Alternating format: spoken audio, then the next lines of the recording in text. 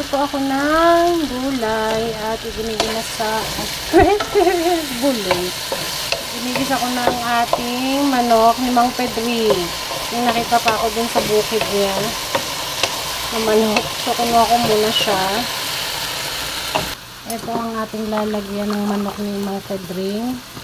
Sana hindi siya maghanap at hindi siya maligaw dito sa bahay.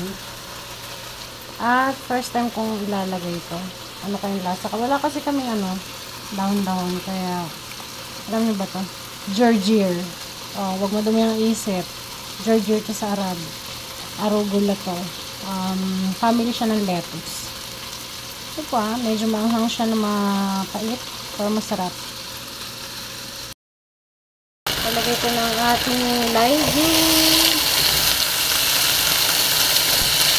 Yan ay kalabasa, konting kalabasa, beans at saka okra. Kanina ni Aling kasing dun sa likod bahay nila. Kinuha ko muna. Ayan, para meron kaming ulam. Pasensya na Aling kasing at Mang Pedring. Naisahan ko na naman kayo. So, lulutuin muna natin ito ng very light.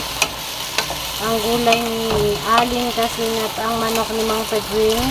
Saka natin lalagay yung ating gergeer. Taliparin ko muna ang gulay ni Aling Kasing at ang manok ni Mang Pedring para maamoy nila. Mukhang gulay at manok yun Tawang ko na para wala na sila talagang habol. Ano lang tanim at alaga. Mamaya pagkakulo niyan, ay lalagyan na natin yung ating gergeer. Gergeer. Yung ating dahon. Gergeer. Guys, luto na ang ating gulay na kinuha sa kapitbahay at ang manok na kinuha rin sa kapitbahay. So, ilalagay na natin ang ating gergeer. Ang dami. Kailangan. Kasi malalanta pa naman siya. So, may mekos-mekos na yan. Mekos-mekos na yan. Wala kasi kaming dahon. Kahit yung romaine sana. Diba? Kaya na rin yan, masustansya lang.